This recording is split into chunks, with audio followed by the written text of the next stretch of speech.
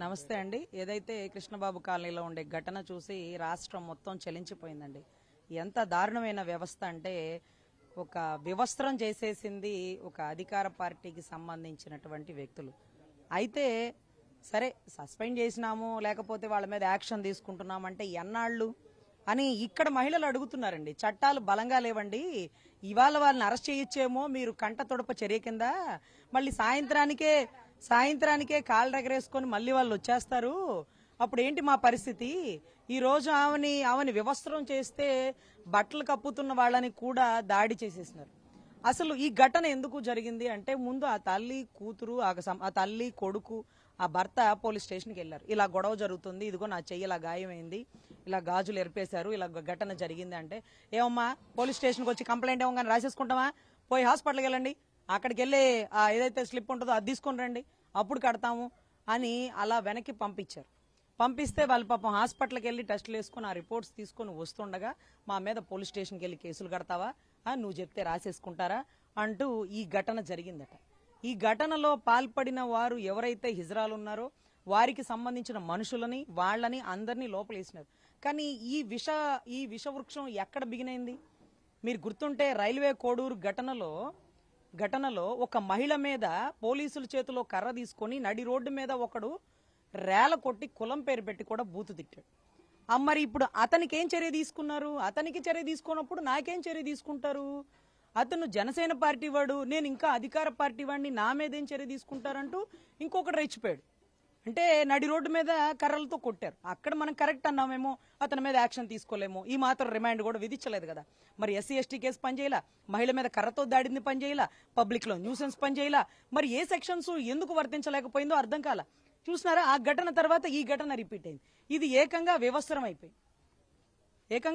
అయిపోయింది. అసలు ఆ ఒంటి మీద బట్టలు కప్పుదాం అనుకున్న వెనకాలన్న మహిళల్ని వాళ్ళని కూడా ఒంటి మీద బట్టలు చించేస్తున్న పరిస్థితి. అంటే ఇరుగు పొరుగు అంటే వాళ్ళ ప్రాణాలకి తెగించి వాళ్ళు కాపాడారు వాళ్ళ ప్రాణం. ఇప్పుడు వాళ్ళు ఏమంటున్నారంటే, నన్ను అడుగుతున్న ప్రశ్నలు, మీరు వాళ్ళని లోపలేసినారు కదా, ఎన్నాళ్ళు ఉంచుతారు? 5 నెలలు ఉంచుతారా, 6 నెలలు ఉంచుతారా, రేపే పంపిస్తారా? ఎవరు డబ్బులు ఇస్తే వాళ్ళ వైపు మాట్లాడే ప్రభుత్వాలు నడిచిపోతున్న పోలీస్ వ్యవస్థలండి. సో నేను ఇక్కడ ఒకటే చెప్తున్నాను ఏంటంటే, వెంటనే సీఏ గారు రియాక్ట్ అయ్యి వాళ్ళ మీద ఆ ఘటనకి రియాక్ట్ అయ్యి ఉంటే ఇంత ఘటన జరిగి ఉండేది కాదు. కంప్లైంట్ ఇవ్వడానికి వచ్చిన వాళ్ళు మనుషులుగా చూడట్లా, వాళ్ళని రెఫర్ చేసేవాళ్ళు. ఎవరి తరపు నుంచి వచ్చో పలానా వాళ్ళతో ఫోన్ చేయించుకుంటేనే కేసు కడతారు, లేకపోతే కట్టరు కదా. పాపం వీళ్ళు అభాగ్యులు కదా. వీళ్ళు బీసీ సంబంధించిన సామాజిక వర్గం, కృష్ణబాబు కాలనీ నుంచి కంప్లైంట్ ఏరియా నుంచి వస్తుంటాయి పోతుంటాయి, పక్కన పడేయండి, ఆ కొట్టుకుని గాయాలైతే ఆ ఎమ్మెల్సీ రిపోర్ట్ రానివ్వండి అప్పుడు చూద్దాం అని పంపించేసినారు. ఈ రోజు అప్పుడే గనక వారిని ఇరు వర్గాలని పిలిపించి మందలిచ్చి ఉంటే ఈ వివస్త్ర ఘటన రాష్ట్రం మొత్తం నివ్వురిపోయే సంఘటన జరిగి ఉండేది కాదు. సో ఇమీడియట్ గా రియాక్ట్ అవ్వాల్సినటువంటి పోలీస్ వ్యవస్థలు వాళ్ళు చెప్తేనో వీళ్ళు చెప్తేనో రియాక్ట్ అవ్వడం మానేసి సమయానికి అక్కడ జరిగిన పరిస్థితిని బట్టి స్పందించండి.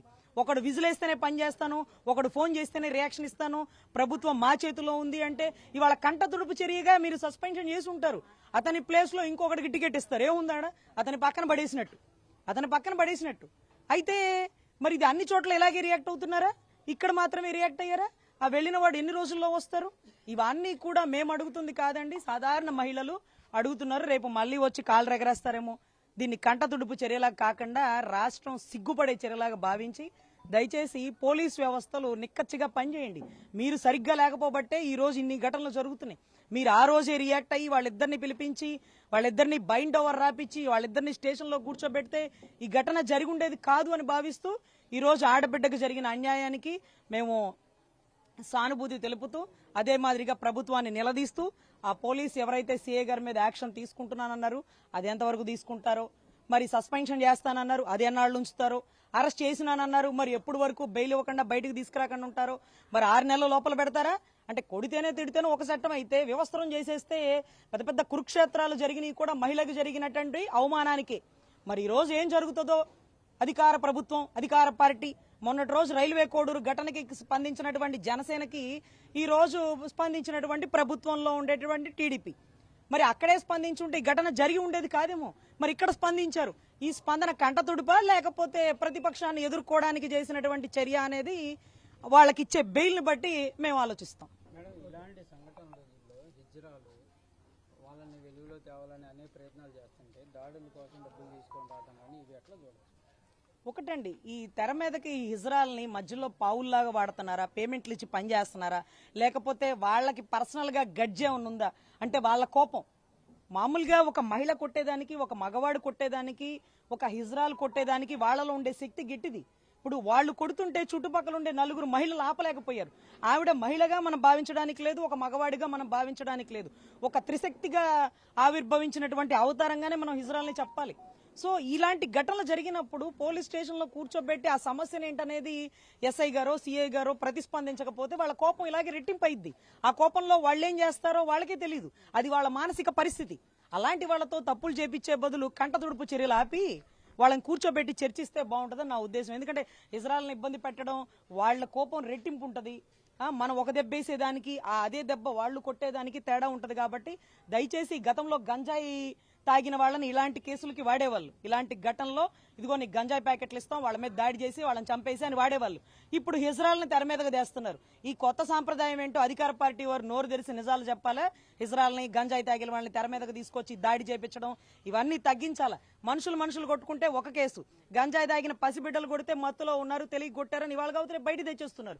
ఇజ్రాయెల్ కొడితే మరి కేసు ఎంతవరకు బలపడుతుందో, ఎంతవరకు నిలబడుతుందో నాకైతే అర్థం కావట్లేదు. ఎందుకంటే ఆవిడేమి చచ్చిపోలేదు, ఆవిడేమి రక్తం వచ్చి కూలబడిపోలేదు, కేవలం వివస్త్రం చేసినారు అని. మరి వివస్త్రం ఎంత పెద్ద సెక్షనో, ఎంత పెద్ద చట్టాలు దాని మీద ఇంప్లిమెంట్ అవుతాయో, 6 నెలలు బెయిల్ రాదా, సంవత్సరం బెయిల్ రాదా, మరి ఉరి తీసేంత పెద్ద పెద్ద చట్టాలు కావాలని గౌరవ డిప్యూటీ సీఎం గారు చెప్తున్నట్టు మరి ఒక మహిళకు జరిగిన అన్యాయం ఈ రోజుకి ఆమెను తెర మీదకు చూపించలేం.